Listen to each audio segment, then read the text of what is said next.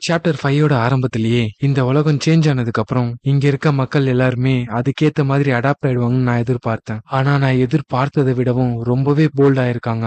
இங்க வரவங்களோட ஃபோக்கஸ் எல்லாமே இந்த மெடிவல் கிளாசிக் எரா கேலரியோட அந்த ஒரு ஆர்டிஃபிக்க தான் எல்லாரும் எடுக்க ட்ரை பண்ணுவாங்க. அதுதான் ஈஸ்ட் ஐலாண்டுடைய கிரேட் மேப். கண்டிப்பா நான் அந்த மேப் எடுக்கிறதுக்காக இங்க வரல. அந்த கிரேட் மேப்ல மேஜிக் பவர் இம்பியூட் ஆயிருக்கும். அது மட்டும் இல்லாம டவர் ஆஃப் ட்ரையல்ஸோட இன்ஃபர்மேஷனுமே அதுல இருக்கும். அதனாலதான் எல்லாருமே அதை அடையணும்னு நினைக்கிறாங்க. எக்ஸாக்டா சொல்லணும்னா டவர் ஆஃப் ட்ரையல்ஸ்ல இருக்க எல்லா பசில்ஸும் அதுல இருக்கக்கூடிய மான்ஸ்டர்ஸும் அதுங்களை டிஃபீட் பண்ணா நமக்கு கிடைக்கக்கூடிய ஐட்டம்ஸும் என்னன்னு இதுல தெளிவா இருக்கும். என்னதான் இது ஒரு ட்ரெஷரா இருந்தாலுமே அது வெறும் 10th ஃப்ளோர் வரைக்குமான இன்ஃபர்மேஷன்ஸை மட்டும்தான் கொடுக்கும். எல்லாருமே அதுல ஃபோக்கஸ் பண்றதுனாலதான் ரொம்ப முக்கியமான ஆர்டிஃபேக்ட் ஒண்ணு மண்ணுக்குள்ள இருக்கிறத எல்லாருமே நழுவ விட்டுறாங்க. அங்க இருக்க எல்லா பிளேயர்ஸும் அவங்களுக்குள்ளேயே சண்டை போட்டுக்கிறாங்க. இது என்னுடையது, நவுந்து போ, அதுல கைய வைக்காத அப்படின்னு அவங்களுக்குள்ளேயே சண்டை போட்டுக்க யாரும் அசையாதீங்க அப்படின்னு ஒரு சத்தம் வர இதை கேட்டதும் அங்க இருக்க எல்லாருமே திரும்பி பாக்குறாங்க.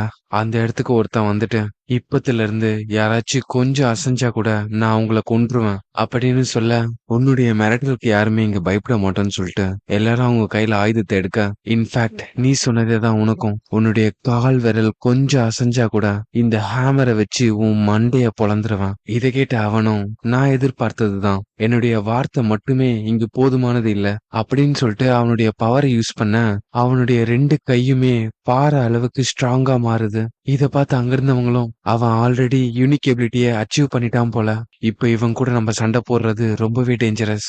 அந்த மேப் எனக்கு சொந்தமானது, எல்லாருக்கும் புரிஞ்சுதா? என்னோட வழியில இருந்து நகருங்க. அந்த இடத்துக்கு வந்த ஒரு ஓல்டு மேனும், இப்ப நீ என்ன சொன்ன, அந்த மேப் உன்னுடையதா? இப்போ நீ சொன்ன விஷயத்த நான் அக்ரி பண்ண மாட்டேன். ஓய் கிழவா, உனக்கு என்ன புத்தி மழுங்கிருச்சா? ஆக்சுவலா என்னுடைய பேர் அது இல்லையே. என்னுடைய பேரு மின் ஜியாங்கு. அதுக்கான மீனிங் எல்லார் கூடவும் ஃப்ரெண்ட்லியாவும் அன்பாவும் இருக்கணுங்கிறது தான் அதோட மீனிங். இதை கேட்டு அவனும், இப்ப யாரும் இங்க உன்கிட்ட இன்ட்ரோடக்ஷன் கேட்கல, ஒழுங்கா இங்க இருந்து கிளம்பிடு, இல்லனா உன் கழுத்தை சிக்கனை திருப்புற மாதிரி திருகி போட்டுருவேன். சீனியர் சிட்டிசன் கிட்ட எப்படி பேசணும்னு சொல்லிட்டு உங்க வீட்டுல சொல்லி கொடுக்கலையா? உனக்கு கொஞ்சம் வாய் நீளம் தான். ஹவவா, நீ அவ்வளவு ஃபாஸ்ட்னு நினைக்கிறியா என் கழுத்தை திருகி போடுற அளவுக்கு? இல்லனா நான் உன்னை அதுக்குள்ள கறிக்கட்டி ஆக்கிடுவேனா? உடனே அந்த ஓல்டு மேனும் அவருடைய கையை சொடுக்கு போட்டு அவருடைய ஃபிங்கர்ல ஃபயரை வர வைக்கிறாரு. இத பார்த்து அவனும், என்னது மேஜிக்கா, இத புடிச்சுக்கோன்னு சொல்லிட்டு அந்த ஃபயரை அவனை நோக்கி அனுப்புறாரு.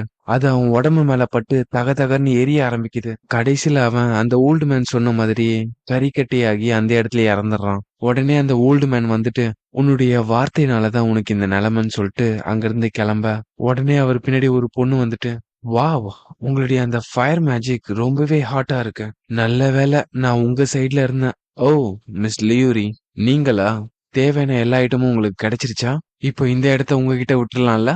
நீங்க கவலையே பட வேணாம் மீன். இப்பத்துல இருந்து இந்த இடத்த நான் டேக் ஓவர் பண்ணிக்கிறேன். அதுக்கு எனக்கு தேவைப்படுற எல்லாமே இந்த லிட்டில் காய் தான். இனி நம்ம வழியில குறுக்க வர எல்லாருமே இவன் பார்த்துப்பான் அப்படின்னு சொல்லிட்டு ஈஜிப்டுடைய கடவுளான அனுபீஸோட சிலைய வைக்கிறா. உடனே அந்த சிலைக்குள்ள இருந்து ஷேடோ மாதிரியான உருவம் வெளியில வர, அது தன்னுடைய ஒரிஜினல் உருவத்தை அப்ளைன் பண்ணி லியூரி முன்னாடி நிக்க, இப்பத்துல இருந்து யாரெல்லாம் நகர்றீங்களோ அவங்க எல்லாரையுமே என்னுடைய எனிமியா கன்சிடர் பண்ணுவேன். எல்லாருக்கும் புரிஞ்சுதா? இன்கேஸ் இதை நீங்க மீறிட்டீங்கன்னா இவனுக்கு உணவா மாறிடுவீங்க. சோ நல்ல பிள்ளையா நடந்துக்குங்க. இதை கேட்டு அங்க இருக்கவங்க எல்லாருமே, போச்சுடா, எதுக்கு இத்தனை எக்ஸ்பீரியன்ஸ் பிளேயர் இங்க இருக்காங்க? அது மட்டும் இல்லாம இவங்க எல்லாருமே அவங்களுடைய பவரை ஆல்ரெடி அவேக்னிங் பண்ணிருக்காங்க.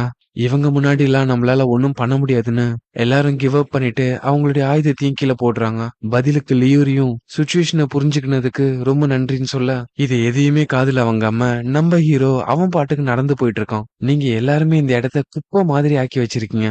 நம்மளுடைய ஹிஸ்டரி ஆர்டிஃபேக்ட்ஸ் மேல உங்க யாருக்கும் மதிப்பே இல்லையா? நல்ல வேலையா இது ஒண்ணும் கிழியல அப்படின்னு சொல்லிட்டு ஒரு பெயிண்டிங் எடுக்கிறான். உடனே அந்த யூரி வந்துட்டு, ஹே மிஸ்டர், நான் என்ன இங்க ஜோக் பண்ணிட்டு இருக்கேனா? உடனே போய் அவனுடைய கதையை முடின்னு சொல்லிட்டு அந்த சிலைக்கு ஆர்டர் கொடுக்க, அது தன்னுடைய கையில இருக்க ஆயுதத்தை எடுத்து நம்ம ஹீரோவை அட்டாக் பண்ண அவன் மேல வீசுது. அந்த ஆயுதமும் ஹீரோ கிட்ட போக இங்கேயே இந்த சாப்டர் முடியுது.